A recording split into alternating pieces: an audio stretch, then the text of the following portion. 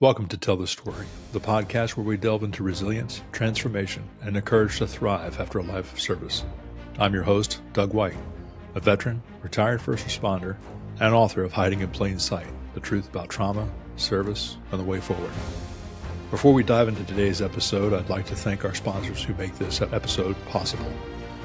First, Polestar Coffee, and my friend Tyler Huckett, a veteran-owned, small-batch specialty coffee roaster dedicated to bring you the finest ethically sourced beans roasted to perfection.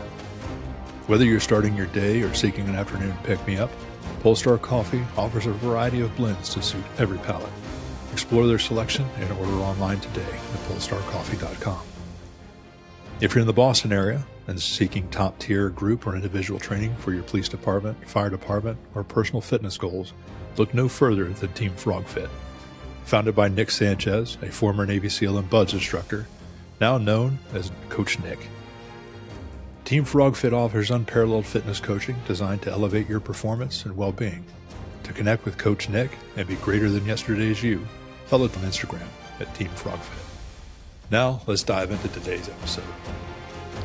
Today, we're joined by Erin Nugent, also known as Erin Jane. Erin is a mom of 2 young boys and married to a career firefighter. She's also a former detective, senior constable with the Victoria Police in Australia. She's a crisis counselor, master certified life coach, and the host of I Will Hold Space for Your Darkness. Most recently, has become a radio host and DJ on the Thin Line Rock station. Erin can be found there every Tuesday and Thursday from 2 p.m. to 4 p.m. Eastern. Erin has dedicated her life to supporting first responders and their families, drawing from her own experiences as a law enforcement officer and the spouse of a firefighter. In this episode, we're going to explore Erin's journey from policing to coaching, her advocacy for mental health, and the lessons she's learned about resilience, perseverance, growth, and healing. Erin Jane, welcome to Tell This Story. Good morning. How are you today? I'm good, thanks. How are you? I'm doing fantastic. I cannot complain. It's actually, we have a cold front coming through. It's supposed to rain a little bit here. Oh, really? It's going to get to the 30s. Oh, I think it was 20 or 21 Fahrenheit, which I'm not good with Fahrenheit. It's just freaking cold. Yeah. You've been here, like 11 years and you still are doing the Celsius and Fahrenheit? First of all, I have not been here for 11 years, so back off.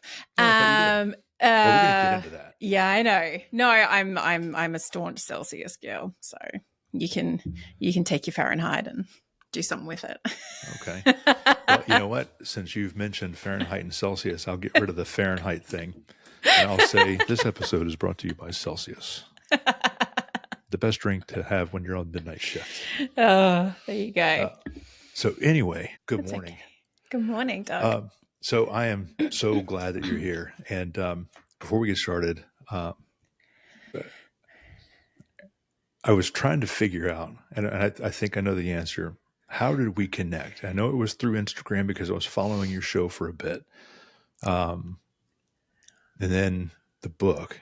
Was it? Yeah. Did you reach out saying something about the book? I think so. Yeah. So I think I reached out to you. I'd been I think I followed you and looked at some of your stuff, and I really value genuineness in people, and I just got that very genuine, authentic vibe from you, and then I purchased your book, and I just might have sent you a message and was like, hey, following your stuff, really liking it, and I just bought your book and looking forward to reading it. So I think that might be where we connected. I think so. That sounds familiar. Yeah. And then was it then that I asked you to come on the podcast, perhaps? But I think I wanted to read your book first. I think that was maybe the roundabout answer of what you just asked. Sorry. That is. Oh, and by the way, for everybody listening, if you weren't paying attention during the intro, Erin is currently in the Boston area. I am. But that's not a Boston accent. No. She's from Australia. I am. So anyway, yeah, I read your intro. People know kind of about you. If they've heard your podcast, they know a lot more about you, but hopefully we're going to learn even more about you today. Looking forward to it. Tell us, who is Erin? Oh, Jesus. Okay. So I was a police officer and detective back home in Australia. I worked for a state police force called Victoria Police. We don't have all of the tiny little police forces like America does. We have sort of one per state, and then we have the Australian Federal Police. So yeah, I worked for the state of Victoria. I did that for roughly 9 years, I think, and and I find myself in Boston because I was traveling through Europe, and ran into a very handsome American firefighter when I was over there. And we, yeah, met and married in 9 months. And yes, I know that sounds crazy. But 10 or almost 11 years later, and two beautiful kids, and still going strong. So yeah, we sort of spent the first couple of years long distance, and then I resigned and moved over here permanently, and I think it was 2015, maybe something like that. So yeah, so then I've been here ever since, and I worked for a crisis counselling and suicide prevention organisation when I got here. First in a volunteer capacity, and then when I had my work permission, I became a supervisor there. So answering calls, monitoring the calls and texts and conversations between other volunteers and people reaching out for help. And yeah, so that was that. And then, going to try to condense it down as much as I possibly can. But yeah, so then had my two boys, who are now 8 and 5. And sort of when the youngest was little, I kind of just was very much, what do I want to do with the rest of my life, the rest of my career? I'd sort of stopped working at the suicide prevention place, just because of life circumstances, and just was looking for something, because I feel that it's important to lead by example with my kids, and whilst I've sort of being home with them for the majority of the time, I think it's important that, especially having boys, that they see me, studying, working, being active and fit, just kind of showing them that example of, it's important to better yourself, to educate yourself, to stay fit, stay healthy, have good coping skills, all of that kind of stuff. So then I went down the path of becoming a life coach. So I went through an organization that is, affiliated and accredited with the International Coaching Federation, and became a master certified life coach. Since getting that qualification, I've also done a trauma-informed certification too. And I really just, my life is still heavily involved in the first responder community. Like I'm, obviously married to an active duty firefighter who's been on the job for, I was like 22, 23 years now, I think. And, lots of firefighter friends, and lots of my friends back home are still coppers. And I think there is, I think there's a gap in service. I think, there's a wonderful community which, peer support can provide help for people when they need to talk to someone. And then additionally, like up on the higher echelons, there is obviously clinical services. I think there's a really big void in the middle that I think a lot of people can get lost in. The vast gray area. Mm-hmm. Yes, you've been on my website, clearly. So, yeah, and I think just sort of offering people another option, another place to come and speak to someone who has a level of understanding of what it's like to be a first responder, as well as what it's like to be married to one, because both of those sides of the coin can be quite unique. And I sort of just try to sort of bring that insight into it. So I've been doing that for the last few years. God, how far am I into it now? been studying psychology for the last few years. Oh, probably the last two, because I love my coaching, and it just kind of really made me go, okay, I want to take this further.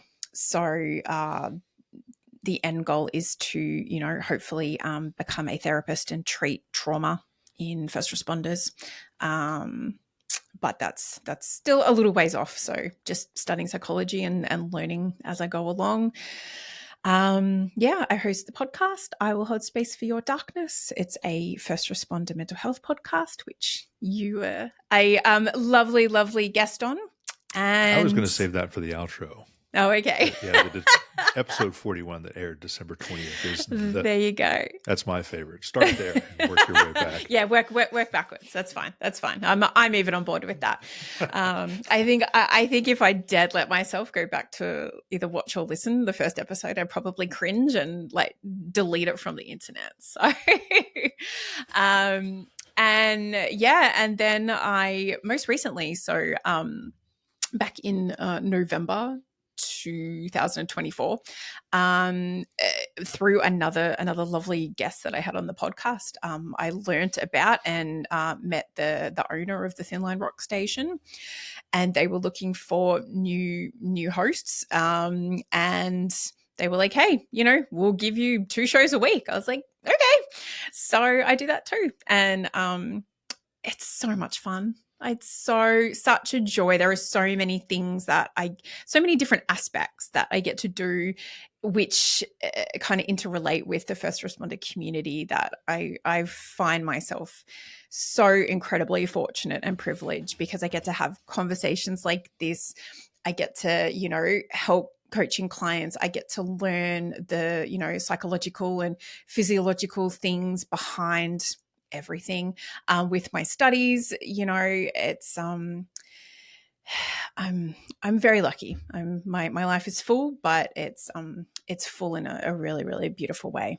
You sound very, very busy. Before we started recording, we talked about busyness, and we did. Just life's silliness and the things that we do to ourselves to keep us busy. But exactly. I want to unpack so much of that. I know. I just went. Sorry. No. I still have such a problem being excited with stuff. Like when I would teach, okay? Yeah. Prime example, and I was awful at this.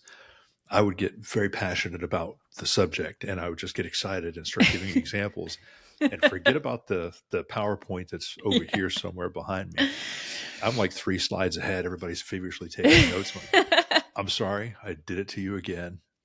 Yeah. Back up. I just get excited about this, and I want to tell you everything. And I know. So I'm excited. I want to talk so much about the Thin Line Rock Station, but I want to go all the way back. All the way back, sure. So, let's talk about young Erin in Australia. Oh, now, Jesus. Okay. Yeah. So just silly, everybody thinks down under. I knew about Australia through Men at Work, the old rock band. Yeah. We're going to bring this full circle back to Thin Line Rock Station and the music that you play. No doubt. Exactly. So, my bosses like to throw that one into my catalog most shows that I do. It's awesome. I don't know what a Vegemite sandwich is. We didn't have the interwebs back in 83. I couldn't look that up. I know, right? So I know people aren't silly. Well, there are probably people that are silly enough in this world, but nobody listening to this station will think that, you just walk outside, throw a saddle on a kangaroo, and off you go into the sunset. But What was it like growing up in Australia?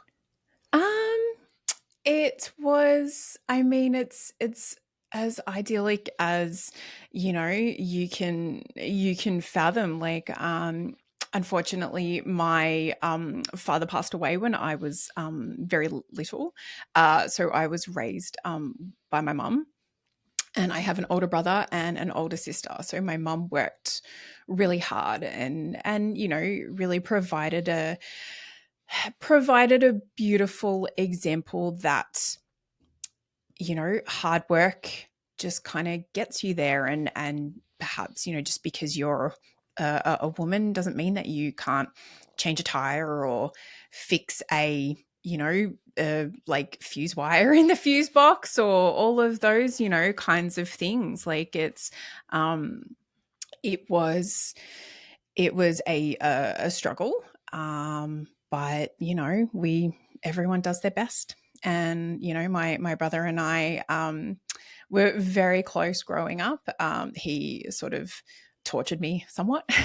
He says in a It's lighthearted the way. job of an older brother. Oh, exactly. And he used to, torture me in all kinds of ways. But he was like, well, clearly I toughened you up for your career. I'm like, okay, you can take credit for that, Juzzy, no worries. And my sister is 7 years older. So I really had that beautiful idealized version of someone to look up to. And she is a psychiatrist back home in Australia and actually works at a trauma foundation where more recently, she's helping sort of military veterans, first responders, all that kind of thing. So it's she basically kind of has my dream job. So there's some tension there, but in a good way. Well, no, that's fantastic. That sounds Yeah. like some great examples. Was it just the great examples of strength that led you into police work, or how did that come about? I don't honestly really know. Like, no one in my family was involved in law enforcement. My grandfather on my maternal side, he was a World War II veteran. And I don't know. I think it kind of came to me when I was about 19, maybe. But I thought I was too young. And I thought to myself, if I still feel really passionately about joining the police force when I'm 21, so in 2 years' time, I will go ahead with it. So I worked 2 jobs and just, had fun, as young 19, 20 something year olds do. And at 21, I still, really wanted to head in that direction. So I did, and was fortunate enough to be accepted into the academy, and the rest of my life went in that direction. Is that where your experiences there, like Mm-hmm. through childhood, through law enforcement, and all that stuff? Is that what led you into to crisis counseling and coaching, more especially crisis counseling? Yeah. So I mentioned briefly that my father passed away when I was little. He died by suicide. So I don't sort of have any memories of him really. And there's maybe 3 photographs in existence of us together.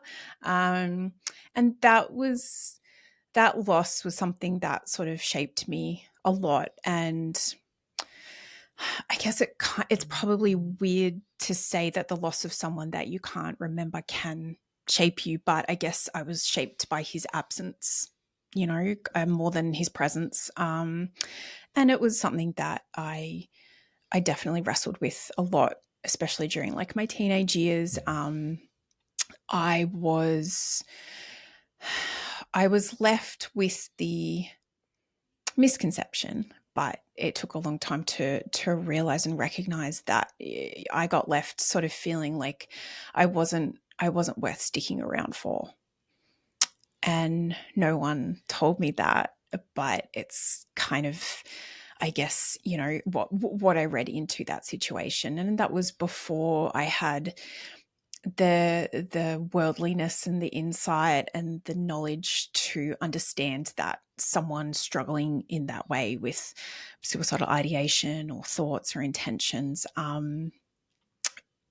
they're not kind of thinking, unfortunately, about that kind of thing. So, and obviously I dealt a lot with either people struggling with suicidal ideation or threatening self-harm, and also attending completed suicide crime scenes when I was a police officer. And so after my husband and I first got married, I came over to the States for 6 months. I was still employed with the police, but I just took leave. And I'm not kind of person, I can't really just sit around doing nothing. So I was looking for volunteer opportunities, and that was the one that I came across. And I was like, yep, there's a reason I've come across it. This is the right one for me. And I'd always sort of wanted to, we have something similar called Lifeline back home in Australia that I'd always sort of wanted to engage in and volunteer on, but to go through the training, the time commitment, I just, as a police officer, I never sort of had that time. So yeah, so that was kind of, I think I've done a lot of things throughout my life that have helped in a healing process of reconciling, my father's death, and that's definitely one of them. And just going through all of like the different stages, and just now coming at it from a place of just profound empathy and compassion for a man who was 32.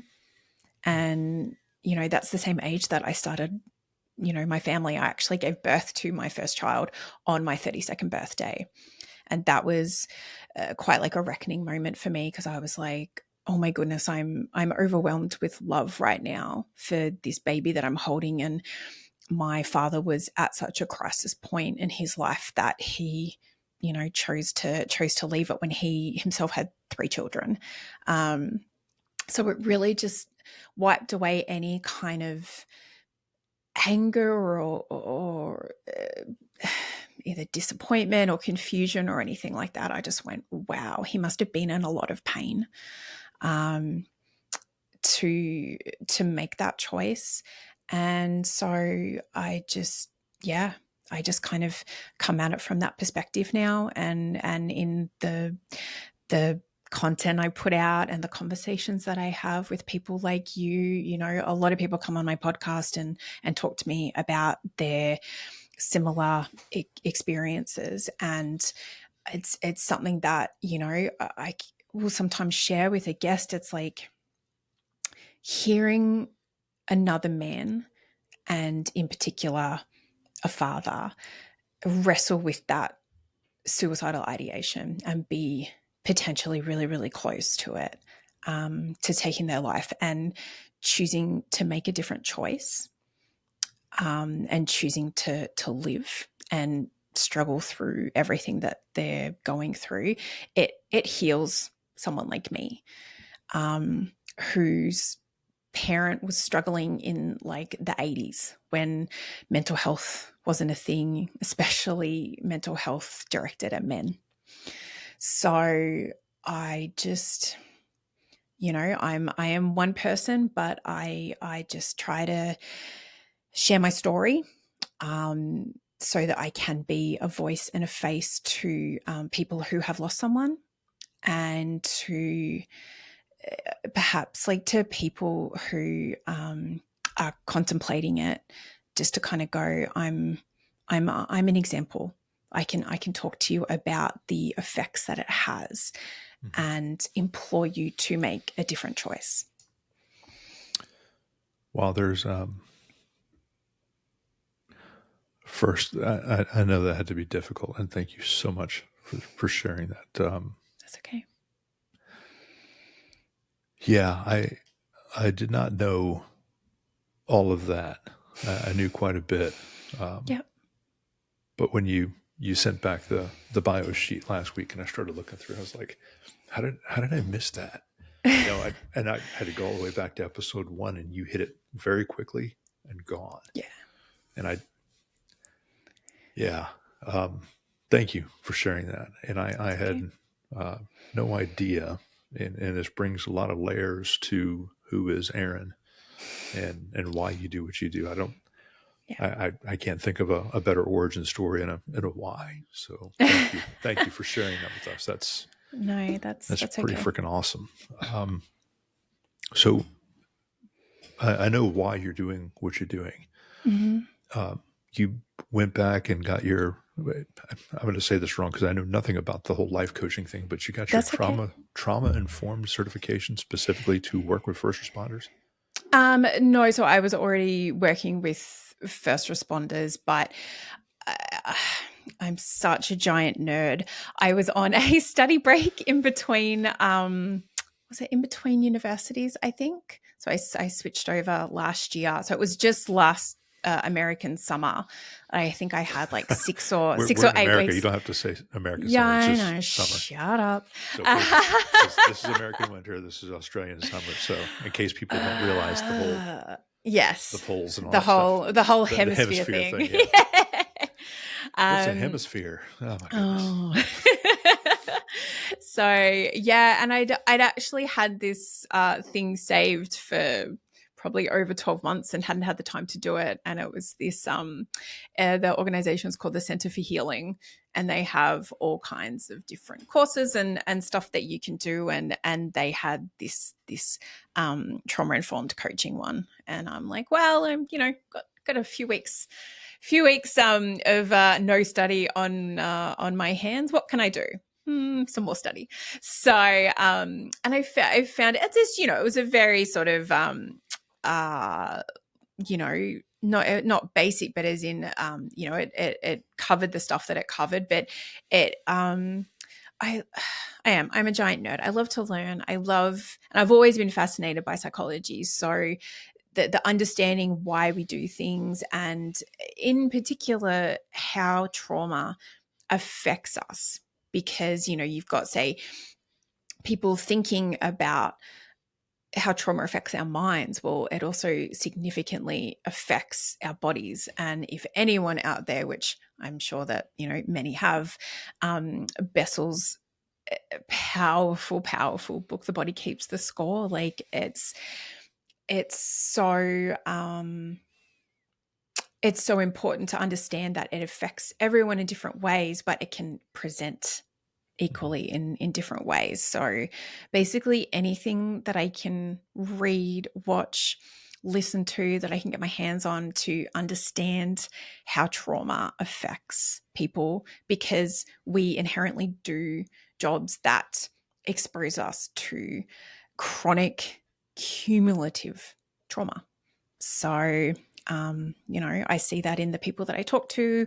I see that in myself, and my own experiences. I see it in my husband, so I kind of think, so just quick side note, the reason that I called my my company or my business Erin Jane Coaching, it's my first and middle name, so no huge guesses there, but my maternal grandmother, who I refer to as my nana, she had a big beautiful heart, and she was the one who called me Erin Jane, and I was very, very close to her, and I think that I inherited her heart, and I feel like my empathy and my level of compassion, it's kind of like a superpower, and that might sound terrible, but it's kind of how I view it. I do feel very, very strong empathy and compassion for people, but without it negatively impacting me. So I That's think the that's superpower. yeah, yes, actually that's probably a good that's point. The superpower. So basically doing anything I can to get more knowledge, get more experience, get more education about learning how to support people who are in those terrible places, or who are impacted in that way. And right now, so back then I did it as a police officer, and then I did it as a crisis counselor.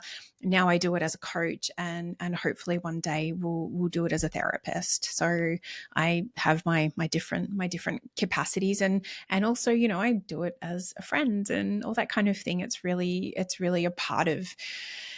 a strong part of my life, and who I am as a person, because relationships and connections and all that kind of thing, they mean a lot to me, and if you're my friend, you know that. And loyalty is big for me, compassion is big for me, and it's kind of what I try to put into every aspect of my life, I guess. So Well, it shows in the podcast and the way that you speak with people. And thank you.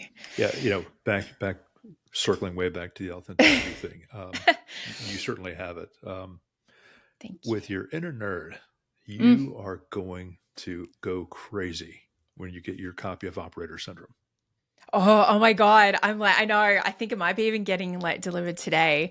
So I'm trying to think I think it was Travis Gribble posted something about it. And this probably was like a couple of months ago.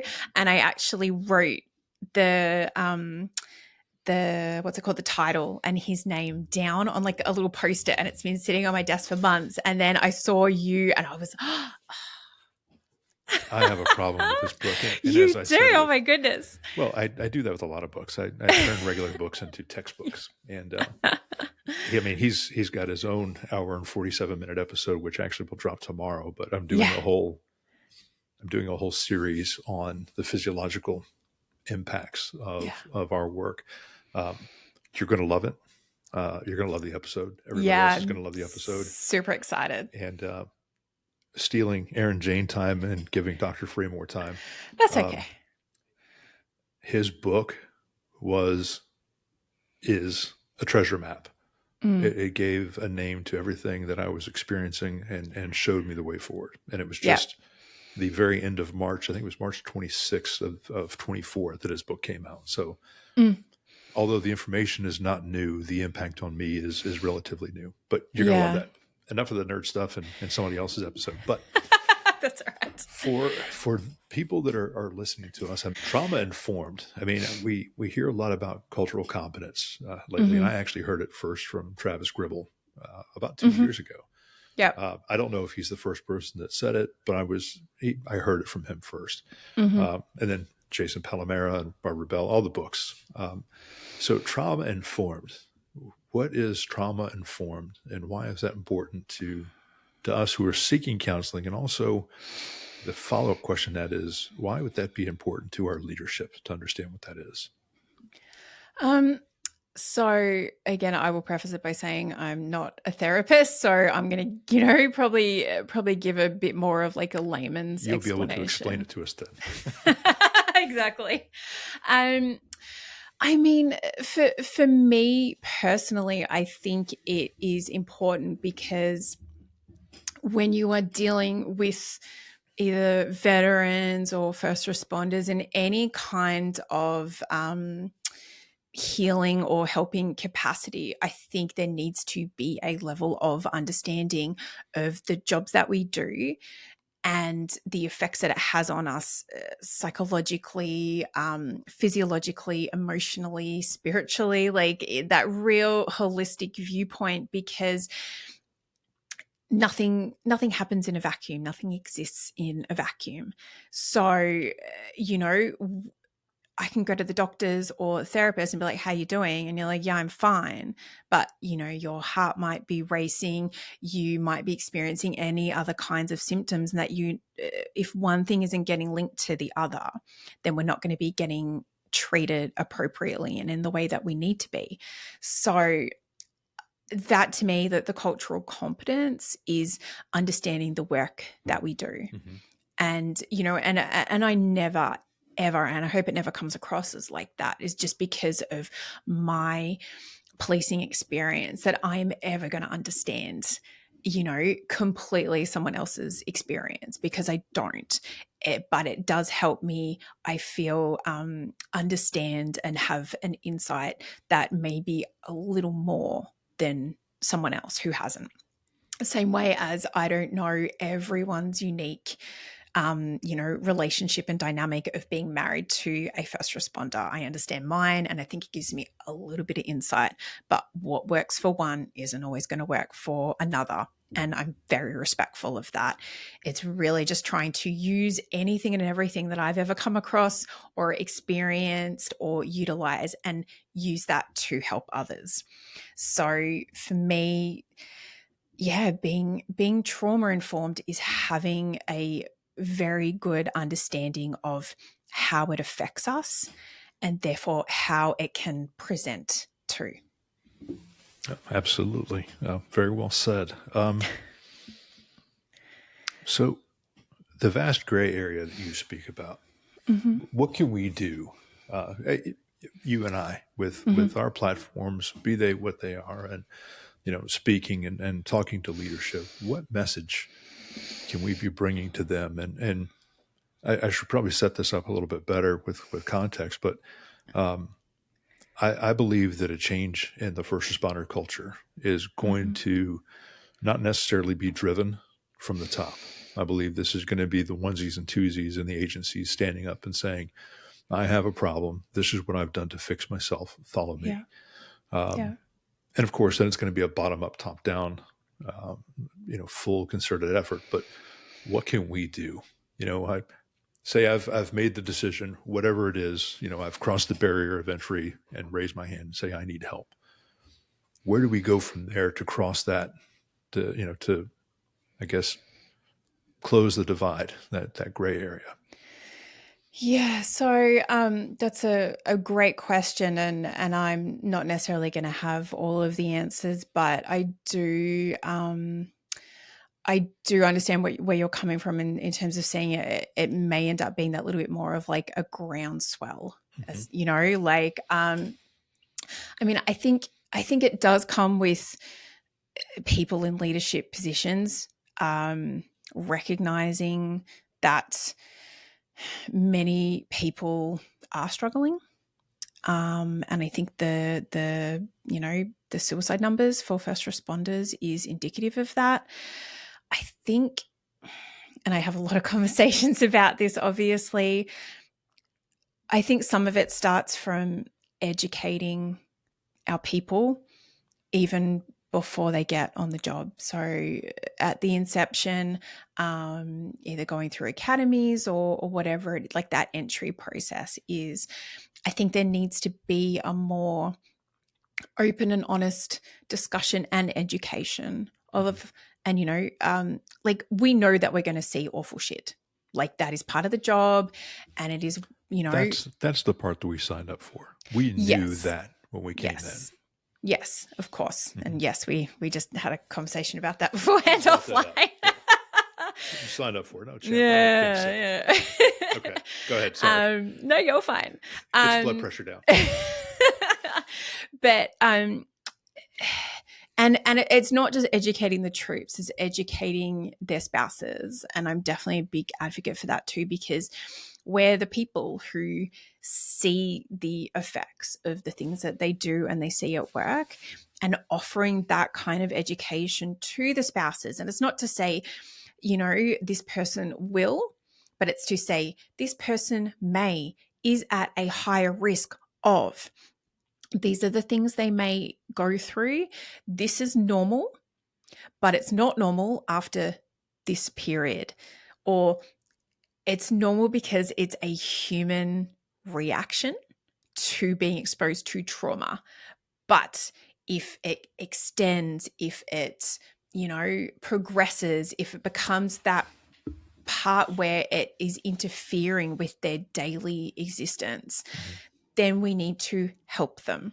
So offering that education to not only the people who sign up, but their partners, spouses, families, whoever needs to be involved in that conversation, giving them and educating them with different coping skills and mechanisms from the get-go, whether it's yoga, whether it's mindfulness meditation, whether it's, just opening up their expanse to different coping skills and what they do to help bring them out of their sympathetic nervous system into the parasympathetic nervous system, giving them tools in real time to help them calm down. Because when they have either the knowledge of them or they practice them already, it's not leaving that person until they're in that state of crisis to be scrambling for an option. What was the other part of your question? Well, I mean, you answered both there. The other question was, what can leadership do? And I think front loading this stuff in the academy, sharing this with the spouses and the partners or first responders. And I think that's going to do the trick. And there are, I probably should have given more grace in the beginning of this, but there are leaders out there. Oh yeah, that are doing this. I spoke with Chris Workman just a couple of weeks ago. He's the chief of police, and he's making a huge impact just by being a voice in a leadership position doing this stuff. So I always like to assume a positive intent, and I know that there are leaders out there that want to do the right thing and are trying to do the right thing. But I do believe the big lift or the heavy lift on this is going to be the groundswell. It's going to be the people that are experiencing this finally, using their voice and saying that this is an issue, and becoming a concerted voice to where the entire profession and all the first responder disciplines cannot avoid it. There's going to be no choice but to answer to it. And I think there's a lot of groundwork here, a lot of people that have done the work to show that these are the things, that are going to be effective and things we can do. And, to be honest with you, a lot of these things don't cost a lot of money. Well, and that was kind of what was just buzzing through my head. Like, we can't let, and very much easier said than done. And I've never been in a position of leadership and authority at a department. So I'm not sitting here, castigating them in any way. But the health of our troops needs to not have a dollar sign. And I know that it does in terms of allowing for resources, but, are you really going to be able to live with yourself if you turn something down because it costs like a few $1,000s and then one of your troops ends up, dead? Yeah, no, and I agree with that 100%. There's grants out there for Narcan, for God's sakes. I mean, there's a grant for things that can help us. Mm-hmm. I mean, having been in a leadership position and doing budgets and being involved with budgeting, there are things that can be done that are relatively inexpensive.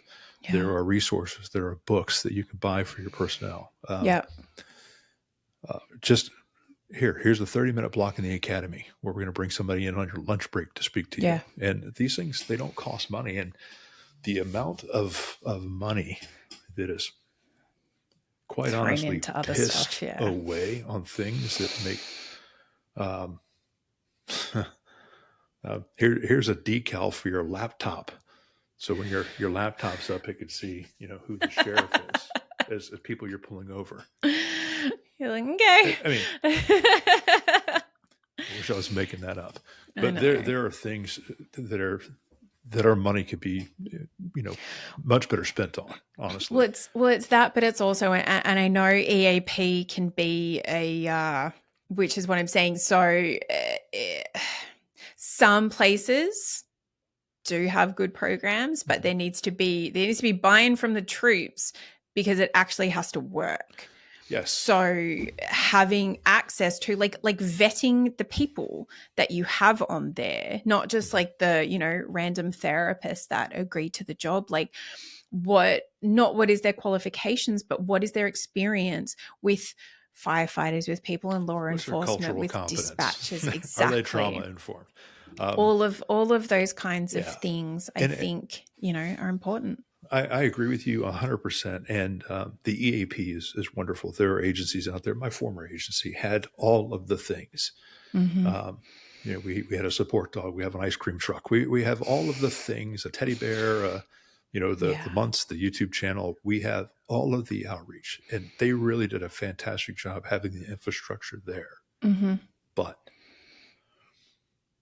if the culture is not there for somebody to raise their hand, they're not going to use it. Like the EAP. That's for when you want to go to marriage counseling or your kids are having problems with middle school. That's not for me. Yeah. And I'll tell you my experience, and I laid it out in the book, and I've been very graceful in the way that I've spoken about it thus far. But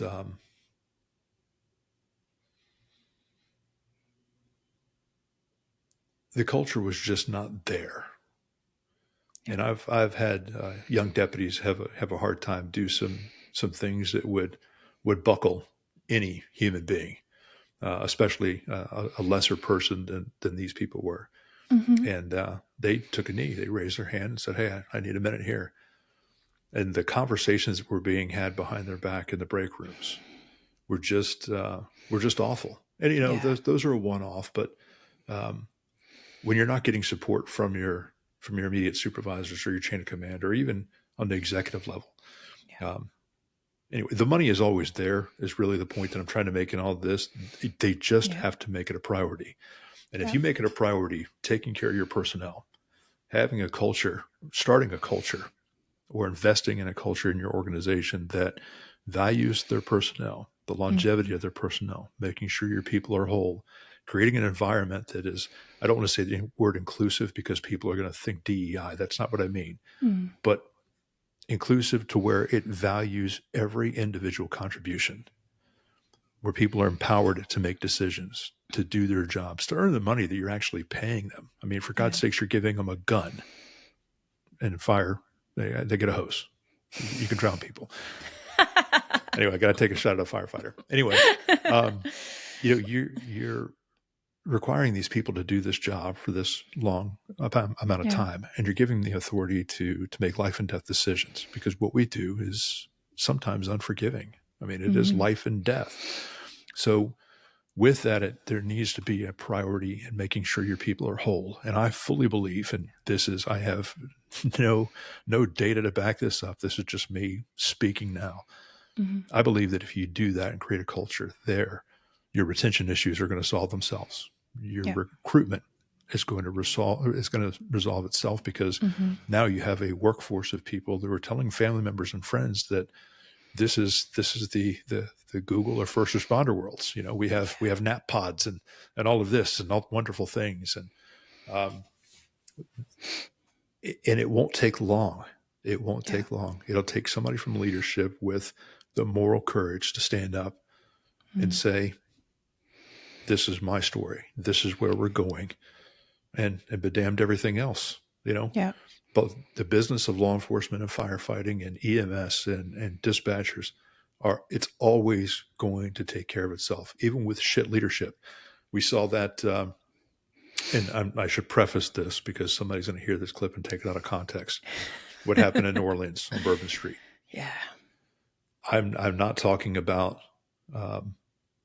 attack methodology. I'm not talking about warning signs or things to mitigate that. What I will talk about is that we saw footage of the police officers at that scene running to the problem.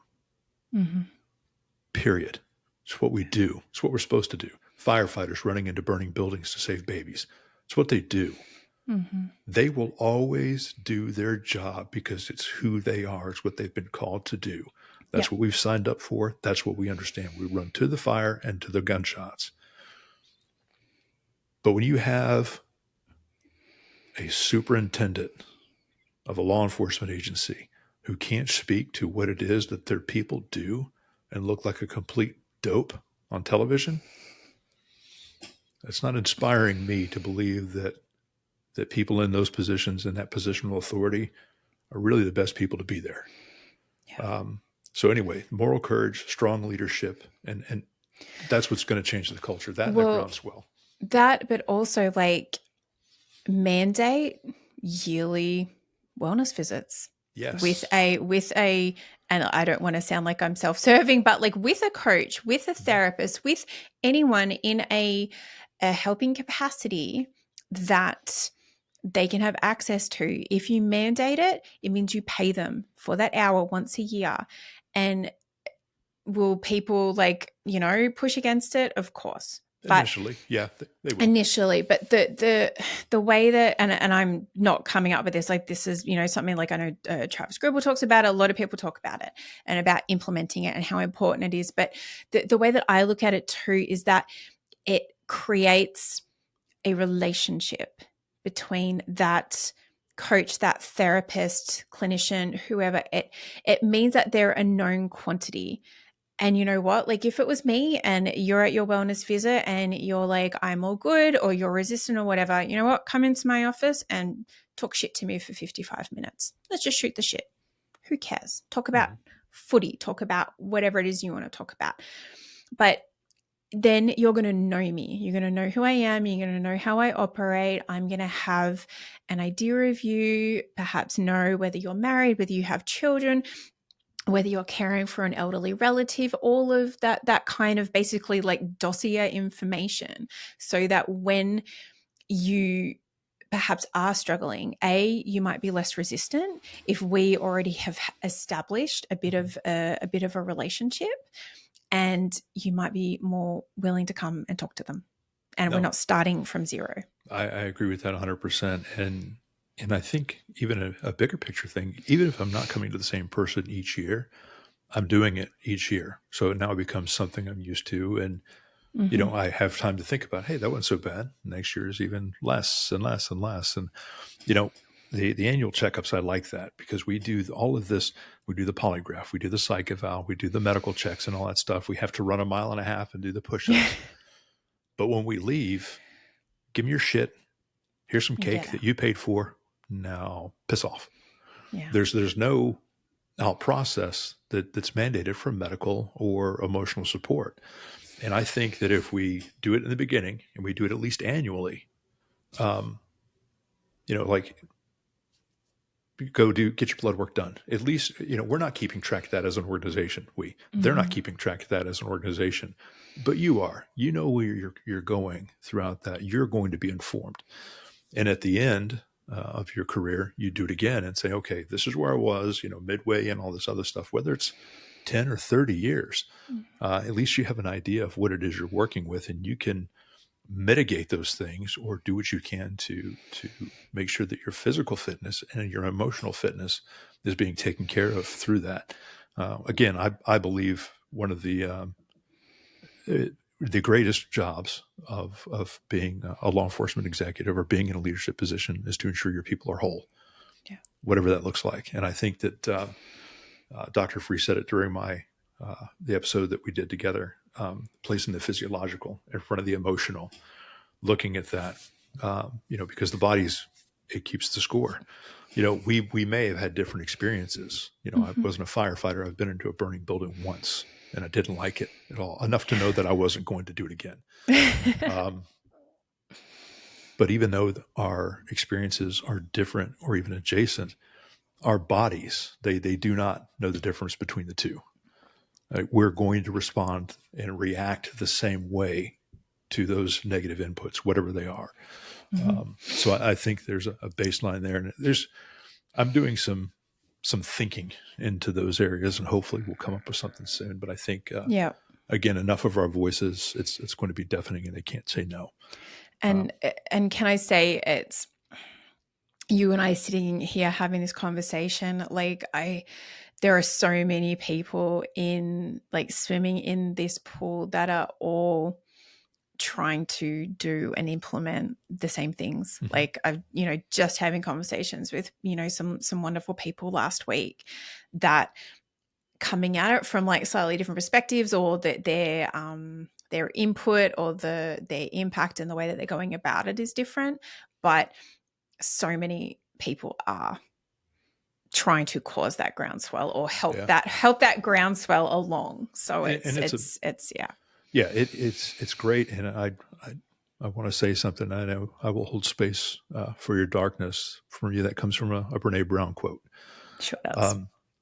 I like a lot of her work. Of course, Michelle is a big fan, and she also loves Mel Robbins. But anyway, the point I'm making to that is, there's 800,000 cops roughly, and there's a lot of firefighters. I mean, they have a calendar, so I don't know exactly how many, because I only see 12 a year when I get my calendar in the mail. You're admitting to subscribing to the calendar, though. So, well, somebody signed me up for it as a joke. Sure they did. I giggle every year. Like, God, you guys don't wear shirts? Anyway. So where were we? Oh, yes. Firefighters. Shitting on firefighters. Yeah. Well, here's the thing, and I know your husband will back this up. We beat each other up, and it's a professional big brother, little brother thing. Yeah. We're the big brothers. But nobody else better mess with a firefighter, and nobody else better mess with a cop, because we are the same. We are the same, and we'll mess with each other, but damn it, when it comes down to it, you'll find no better friend. Exactly. But what I was saying is there's 800,000 cops out there, and not everybody is going to respond to my message. My experiences, Travis Gribble's experiences, Jason Palomera's experiences, everybody has an experience, and they're going to attack a problem, at least initially, until they learn more and more and more. And as I'm learning more and more, they're going to approach it from their perspective with their story and what worked for them. And as I said, there's 800,000 cops. There's 800,000 different ways to attack this. Yeah. So while, Brene Brown may not be speaking exactly to me based on experiences. I find value in her work, and I can find pieces there, Yeah. along with Mel Robbins, along with Jocko Willink, Sean Ryan, Joe Rogan. I mean, there's so many voices out there that even recently have been talking about just this thing, that there's enough voices, enough sound being made, and enough perspectives being brought into the same end, Yeah. that there's someone out there that is going to speak to you. Yes. Find them. Well, and there's no shortage of it. And that kind of actually quite succinctly explains why I do like life and wellness coaching for first responders, because there needs to be options out there. And I'm by no means like the only one. I know that you're friendly with and spoken with, is it Jess Flores? And she's a transition coach for, law enforcement officers leaving the job. There are so many out there. So I am in no way means alone in any respect, but giving people other options. And sometimes I look at coaching, it's like, it can seem a little less imposing to people who are used to being in control and in charge. And when you engage with, or the style of coaching that I do, you're in control. You're in charge of what we talk about. You tell me what you want to work on, and then we're going to work on it together. And I'm going to support you and keep you accountable and help you reach those goals, along with, showing you that empathy and that compassion, and really just helping you delve into the person that you want to be and helping you get there. But so I think there's that, the idea of therapy, the people lying on the couch and someone talking about their feelings and all that kind of thing. And that's not going to be everyone's cup of tea. So giving them the other options of coming in and talking to me, or talking to any of the other coaches that are out there, speaking to someone at peer support, finding your own coping skills, doing, meditation, whatever it is. But coping effectively generally means you have to find the thing that works for you. No, absolutely. Absolutely. And you will, if you find it on the first try, good job. I didn't. I mean, this has been quietly a 5-year journey for me, and more vocally about a 1.5-year journey. And I've learned more in the previous, goodness. Well, Dr. Free's book gave me the starting point, but learning more about my voice, and then I had a voice, my Scotland trip. So June of this year is really when everything, I put on the big boy pants and decided that why not? Let's do this. So one of the things that I wanted to focus on in talking with you before we wrap up, and you have to go off and do Erin Jane things. The the first responder spouses. We talked on episode 41, brilliant episode 41 of I'll Hold Space for Your Darkness. Yes. You peeled back some layers, and you came out swinging on that episode, and you talked about the dedication of the book. And I believe that was actually the first thing that you let off with when you contacted me. I did. The first line of my book, it is my opinion, and I firmly believe this, based on my own experience, that the spouses of first responders are the brave and the bold. There's really no more. If you want to hear more, get the book or listen to episode 41. I prefer you get the book. But hey, do both. Do both, people. Do both. Yeah, it's fine. Do both. It's fine, because listening to episode 41 will draw you back to the book. So, exactly. Michelle's role in my journey and my healing cannot be overstated ever. And I firmly believe that the spouses of first responders are actively, they love us. They're bound to us. They're bound to our service, and they are actively looking for ways to help and to support. You're sort of a ringer in that you have the experience of law enforcement, you have the experience of trauma coaching, you're married to a first responder, you're in this space. I mean, you have your finger in pretty much every circle that needs to be touched on this. And That sounds a little creepy, Doug. well, no, but I mean, I'm kidding. you're well rounded in that you've attacked everything that you need to and that you see the problems in. And we've talked about bridging the gap between organization and responder and responders, and there's a big gap in how we as men speak to each other, and even a bigger gap in how we speak to ourselves. But in our own homes, I've heard people say from one end of stay the hell away from your first responder, let them come to you. I don't know that that's really the answer. Talking to Medina Baumgart, she and her husband have the 10-minute rule. I I was love it. reading that. Yeah. That is the way, because that's the code word. You know that Yeah. it's been a day and everybody understands coming into it that there's going to be a disengagement period that you have to have and respect that for each other. Mm-hmm. I believe that because we have, in my own example, my cultural competent counselor sits 18 inches away from me on a couch most evenings. My culturally competent counselor, my culturally competent first responder holds my hand when we walk through the neighborhoods, has paid attention to every sleeping and waking moment and every breath I've taken for the last 24 plus years. If anyone has earned the right to help, to be there, who deserves a whole spouse, it's them. What is it that we need to do as the responder to give them that opportunity? And I know the answer is open and honest communication, but I mean, how do we do that? I mean, how have you done if, and I know this is a personal question, but All good. how is this done in your house? I mean, how are you working on this? I mean, thank you for the question and the acknowledgement of spouses, because it gets lost. Our role in everything gets lost a lot sometimes, and I find myself fortunate because I do know what it's like on both sides.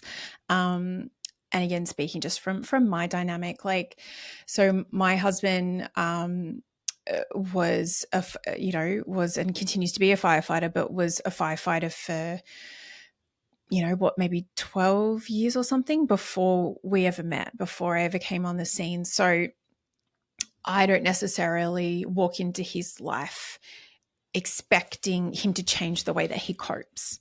But it's definitely like an ongoing process. Number one of the most important things that I've ever, I guess, gone through the process of is learning as the spouse not to take their moods personally.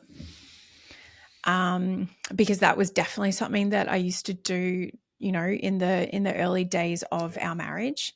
And it's hard not to, but you kind of take it and you internalize it, and then it it's not helpful, but it's generally not accurate. Like, you internalizing, oh, I must have done something wrong. It's like, no, they on it, like, not the fact that they're not thinking about you, but as in they're actually kind of just not. They're in their own little world about whatever's going on, and maybe what they're presenting to you isn't the happiest face, or the most talkative side of them, but not internalizing that, I think, is probably the number one thing that I think is really important for spouses to know.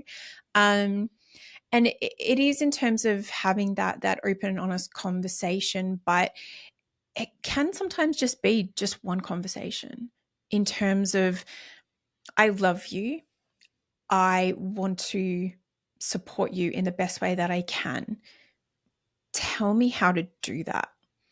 Because equally, and sometimes your first responder might not know, and it may have to be a bit of an ongoing learning process. But figuring out the best way to support them in the way that they need. So we talk about like our love languages, right? Like what I need and what your spouse needs might be two very different things. And if my way of showing love to my partner isn't the way that they need me to support them, then you're going to kind of end up in conflict and be resentful and irritated with each other. So we do very, very minor things in my household. Obviously, as a firefighter, my husband does 24-hour shifts.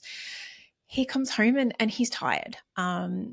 So I do little things like we have a sauna in our basement, and to try to mitigate, his risk of cancer and getting all the carcinogens and shit out of his system, I, will get up at 6 a.m. and turn the sauna on for him. So he has that option when he gets home, that it's raring to go. I have him, annoyingly so, with all of the research about the physiological, reactions on our body of stress and all that kind of thing. I've got him on like a vitamin regime. So he comes home from work. I filled up a water bottle and got like the, specific vitamins that I'm encouraging him to take to help flush all of that kind of stuff out of his system. It's just getting eyes on him when he walks through the door, because of that long-standing love and deep knowledge of that person. You can sometimes tell what kind of night he's had just by the look in his eyes or his body language or anything like that. Or could have shot me a text message that morning, I don't know. But his priority when he gets home is to get FaceTime with our boys. So I sort of make sure that happens. And then I offer to, make him something to eat or anything like that. And basically just, gauge it depending on kind of what I'm reading from him. And it's not walking around on eggshells. It's just being, I think, from our, dynamic, just being supportive of what he may need in that moment. And every day is different, but it's a work in progress. But, sometimes people have that downtime, to a bit of a drive, and they can decompress. My husband's station, I think it's maybe like a 7-minute drive. So he doesn't necessarily get a massive decompression time. He grabs a coffee on his way home. I know that extends it and all that kind of thing. And we're both cognizant of any impact on our kids in that respect, in terms of him coming home in a mood or anything like that. My husband is a freaking awesome bloke, and he is, pretty even keeled, but he's not immune to being exhausted and burnt out and all of those kinds of things. So I really just, the depths of our marriage, it's really just about supporting each other. And I don't know if I think it's Brene, and I think Mel Robbins talks about it too. It's about the percentage we have when we show up. And sometimes I need to be the 80 because he's only got 20. Sometimes it's 50-50, it's 60-40, it's all that kind of thing. And you know what? I even had a realization just that last past year, right? My husband's a hunter. And talking about everyone having different coping skills and mechanisms and things that are a stress relief and all that kind of thing.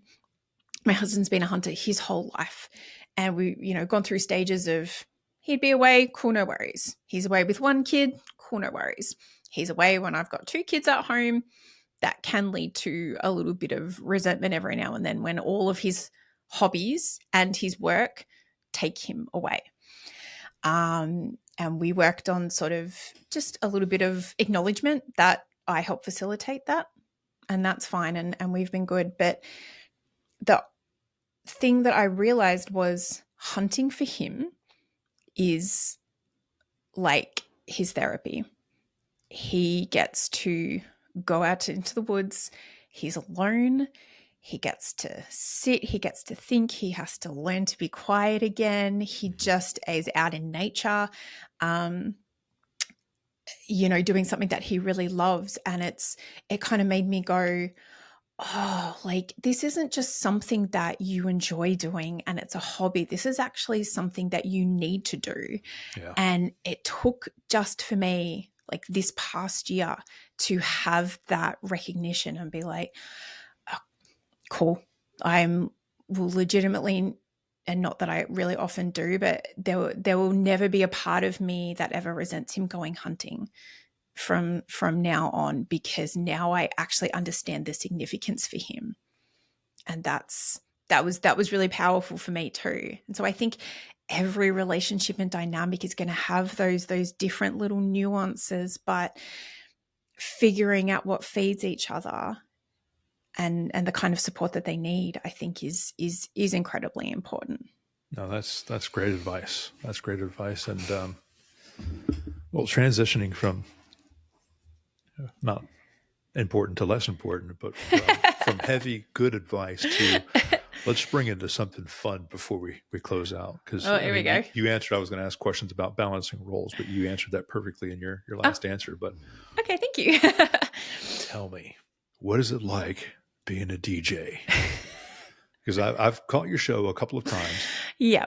And I wish I could do the call in. And, like when I was a kid back in the 90s, the awesome times, you have like a local radio station here used to have the top 5 at 9, where you'd call in and you could like at 9 o'clock, they'd have the top 5 songs of the day, and you could announce one of the songs and, talk shit to your friends and like, hey, I'm on the radio. I'm famous now. That was reels before reels.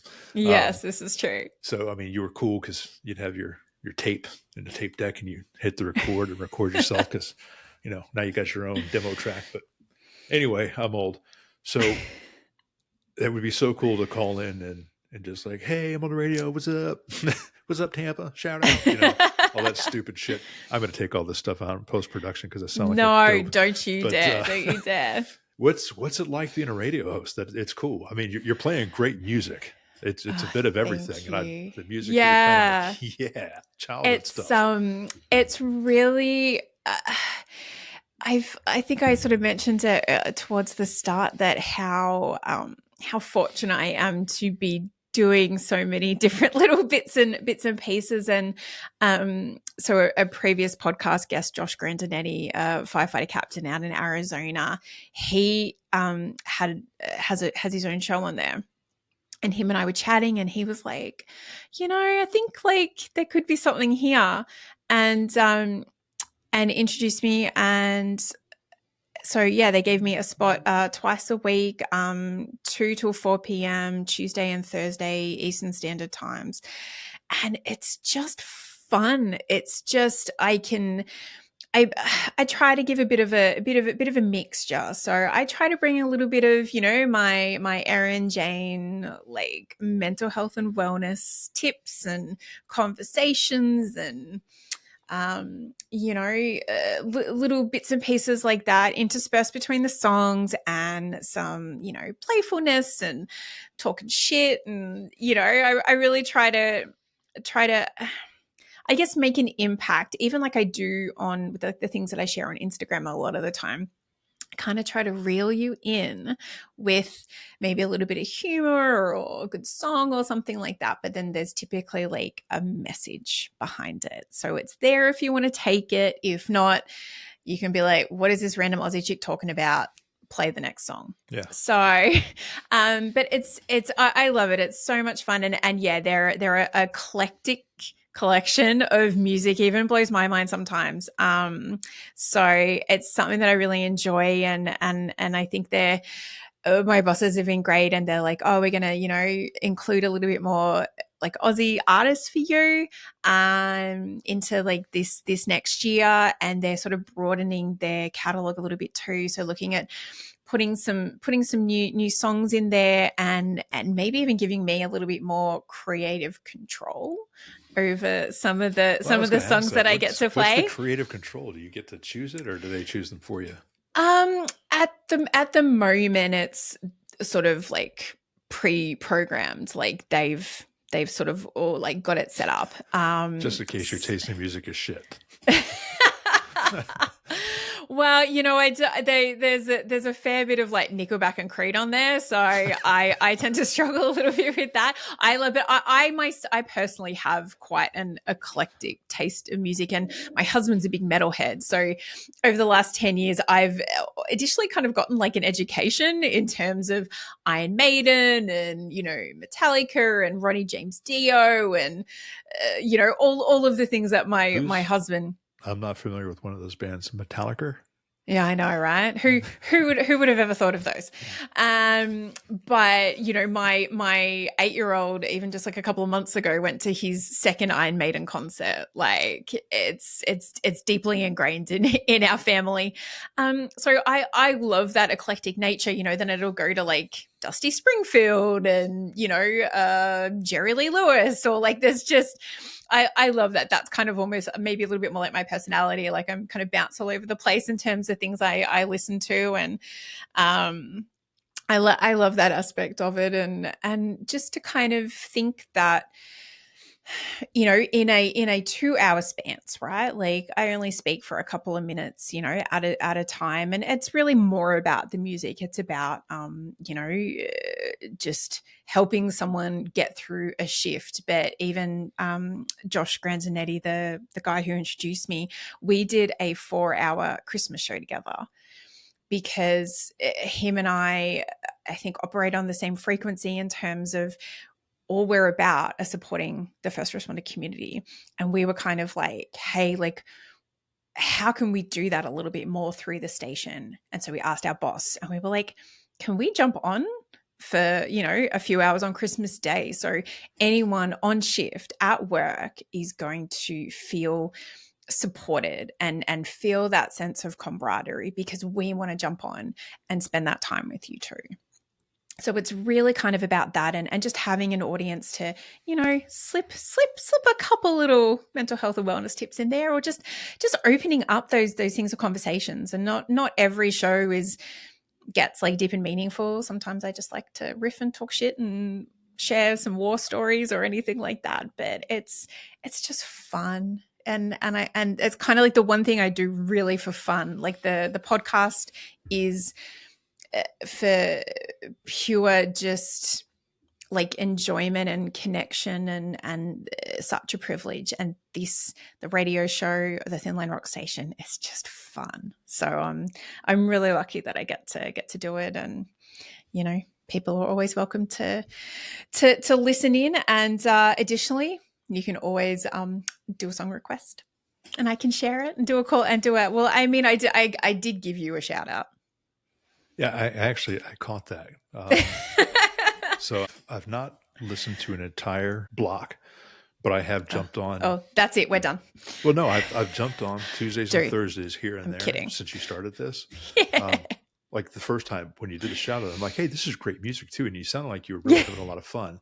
Yeah. Like, oh my God, I'm on the radio. Hey, everybody. LOL, I'm on the radio. That's coming out in production too. I look like a dope. But the music's great. You seem like you're having a lot of fun. And, I think dropping those little breadcrumbs in there and not being so serious, I think that shows you're definitely still getting the message out. And people are like, oh man, I didn't even think about that. And, here's the next song from Nickelback. And everybody gives Nickelback shit, but everybody knows a Nickelback song.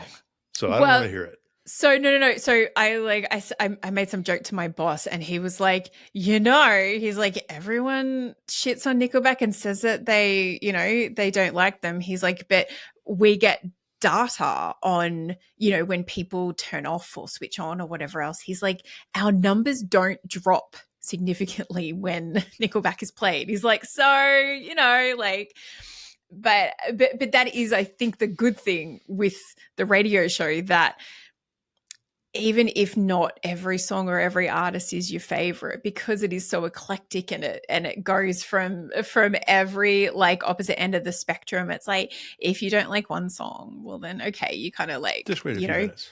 Yeah. And then it'll be like, then you'll be like, oh my God, this is my favorite song. And that's kind of what I love too. I love sharing, like I think there was like the band's live. I don't know if it was like Dolphins Cry or whatever the song was that came on. And I'm like, it also helps me like reminisce. And I like the listeners to kind of get a bit of a sense of me and my personality, because I was like, that was like my first concert I went to as I was like a 15 or a 16-year-old that like I paid for tickets for. I lined up in the heat to get into the stadium, like sunburnt, like, but I got to go, see them. So sharing little tidbits like that, which I love the way that music brings you back into those beautiful parts of your life that you don't always think about. Yeah, So Michelle loves live music. So concerts and all that stuff, going to Nashville and just sitting in the bars, that's completely her jam.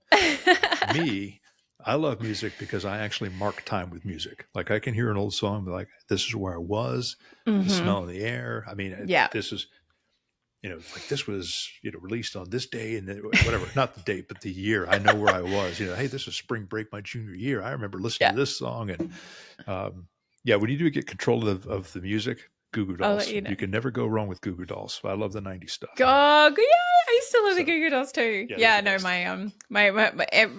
My husband frequently, dates himself with his music. I'm like, I drove across the country to this song with my cousin and and all that kind of thing. And maybe I don't know if it's like a girl thing, but I would always like attach songs to people.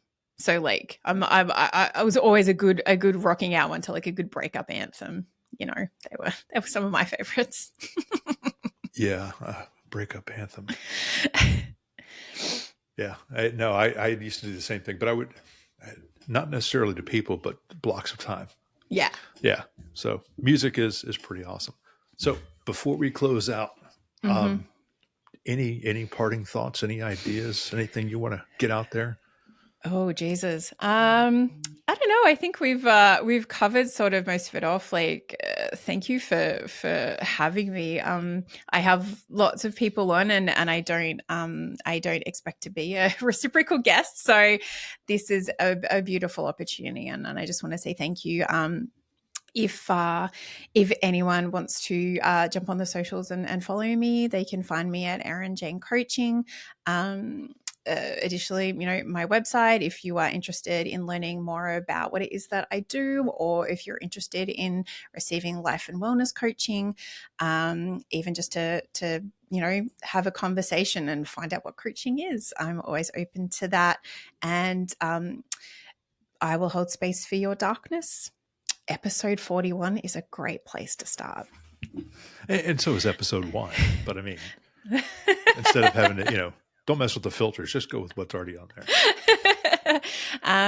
But this was lovely, Doug. Thank you so much. And I spoke about it on the previous episode, but there are some people that I have made some really beautiful connections with through the work that I do and through social media and in particular through the podcast. And I classify you as one of those. And it's both a privilege and a pleasure to have met you and consider you my friend.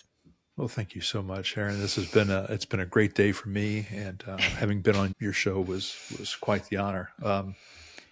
I learned a lot about. I'm learning a lot through this whole process. One, how to be a podcast host and actively listen, and also talk about myself, and not just the fun stuff I want to talk about, but the tough questions you pose to me. So it's been great, and I completely agree with you. This is about relationships. There's so many people in this space, and not all of them are doing it for the right reasons. So to be able to provide a platform for somebody who's not just collecting people, but trying to do the work too, it's been a pleasure to have you on.